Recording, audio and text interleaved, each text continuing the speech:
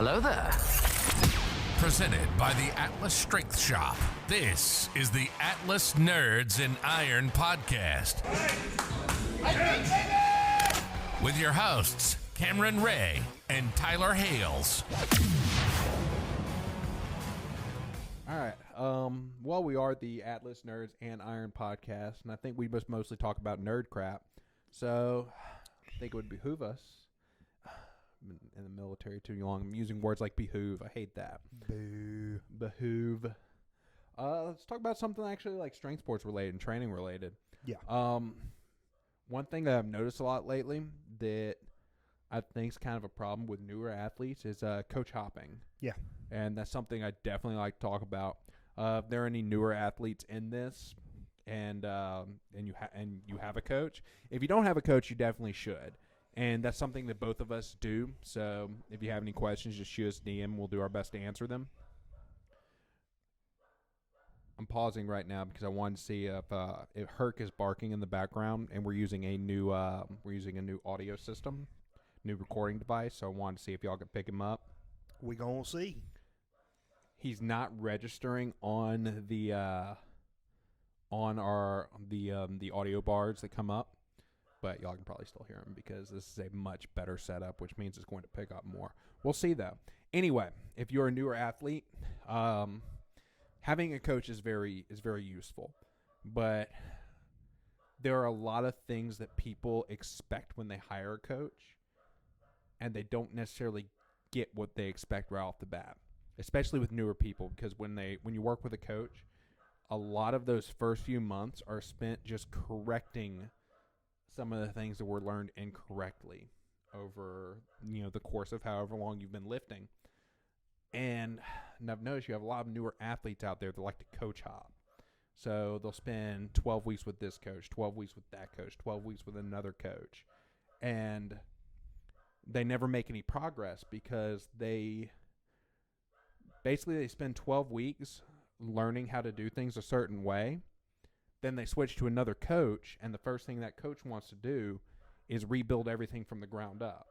Yep. And then they spend 12 weeks learning that way, and then they switch to another coach, and that coach does the same thing. So they never make any real progress because they never get the full picture of what that coach and that athlete are trying to do together. And I have fallen victim to this. Like, just program hopping from person to person for a long time. And it took me a long time to get out of that habit. Right. I know you probably did too. We've all been there at some point. Yeah, I've done program hopping myself. I'm guilty of it as well. You tend to, you get into something you become impatient. You want quick results, and strength sports is not that at all. There's no such thing as quick. No. It's like people ask me all the time, hey, how do you get stronger? And the answer is you lift moderately heavy with the squat, bench, deadlift, and overhead press once a week for the next 10 years. Exactly. That's how you get stronger. There are no shortcuts. And a lot of people think that hiring some fancy new coach every 6 months is going to be the key to them making these huge progress right off the bat.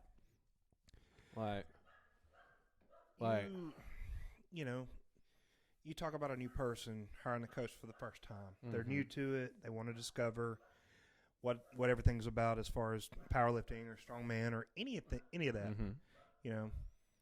What a lot of people don't understand, which a more educated person on these things will know, is most of your change up front is neurological. Oh, 100%. It's like you're figuring out how to drive the car that you're in, basically. Right. Yeah. You're figuring out where the buttons are. You're finding your sweet spots, things like that. Your body's doing the same thing. Mm-hmm. And the first 12 weeks, you might make a big jump in a lot of your numbers and stuff like that. You're gonna slow down, and Definitely. Getting a new coach is not gonna fix that. Never. Strength is a skill, and skills take a long time to build. You need 10 years before you get mastery in anything. What do you generally look for in a coach, Tyler?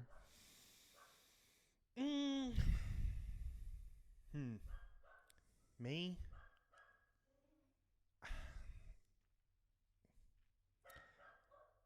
I like to at least feel like they know what the hell they're talking about. Mm-hmm. Just not using a bunch of buzzwords. Yeah, definitely. This is what I'm going to do. This is, you know, I want detailed breakdown Mm-hmm. on what I'm about to get myself into. Definitely. You need to know the plan. And that's one thing I'm big on is just making sure they kind of know the plan up front. Right. I know one thing I look for is I look to see if they have coached people like me in the same position as me, Yeah. and I look at the progress they made. Right. I know a lot of people run into this issue where they hire a coach that has a lot of accolades themselves. That doesn't always translate. It does not. Like, I know a lot of really gifted athletes, they're dumb as a bag of hammers. Yeah. That's not just strength sports. That's sports in general. It is. Yeah, I've seen some. I've seen some of your best athletes, Mhm. your football players, your baseball players, your basketball players, just be Hall of Fame on the field. But once they retire and try to get into coaching, they don't know how to teach. Yes. You got to know how to teach. If you can't translate your knowledge, which a lot of those gifted athletes are just only that gifted, you're not. It doesn't matter. It's like, imagine being a track and field athlete, hiring Usain Bolt to coach you, and when he watches your videos, he just goes, just move your legs faster. Right. Just run fast, bro. You going to pay that guy $150 a month to tell you that? And we got guys here who are insanely strong, and their best advice I've seen them give is just pick up the weight. Yeah. If it were that easy, we wouldn't be talking. Yep. Yeah. Definitely. Exactly. Definitely. Definitely want to find a coach you're comfortable with, one you don't feel intimidated by, one you're gonna be able to. Driving someone and intimidating someone is different to me. But a lot of times, I'd say that intimidation comes from the person who is being coached rather than the person who is doing the coaching. Yeah. Like, yes, a coach needs to have a way of putting that person at ease. But most of the time when somebody's intimidated, it's because of their own insecurities. Right, yeah. Yeah. Now, it's coach's job to put those insecurities at ease. Yeah. But like I'm not gonna lie. You take somebody like I don't know if you know who he is, but let's say somebody like Dan John walked in this room right now. I probably wouldn't be able to form words together at first because he is such an intelligent coach with so many athletes that he has coached have done incredible things. So it might take me a minute, but that's my fault. That's not his. He's an incredible coach. Yeah. You know, I'm just starstruck's not the right word, but you know, maybe it is. Like, especially if, because even coaches need coaches. Like, I'm looking at, professional strength athletes. Coaches do have coaches. Yes, all of them, and I have a theory behind that. But God, where was I going with that?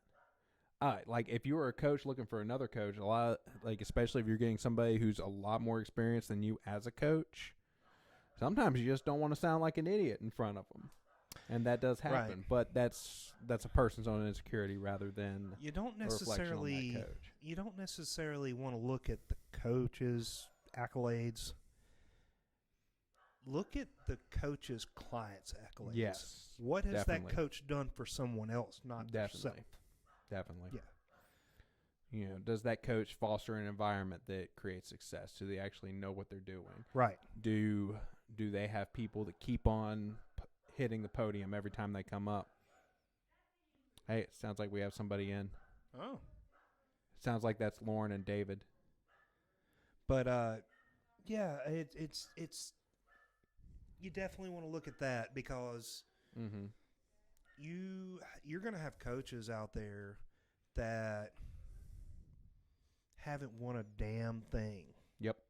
Just because they never really had the talent to do so. Yep. But their people have won a lot. Right. They're people have won a lot. Their mind is stronger than their body. Definitely. And some people are just smart as hell, but were the last pick for kickball. Right. But they're smart as hell. Right. And they take their niche and they absorb it and they learn every little intricate detail. And they never stop learning. Right. Like, you have some people that never stop learning, and they're always researching, not necessarily the next big thing, because the next big thing is usually a fad, but researching what works, the tried and true methods. And I was saying earlier that I have a theory behind the whole, even coaches have coaches thing. Right. I kind of had this epiphany the other day.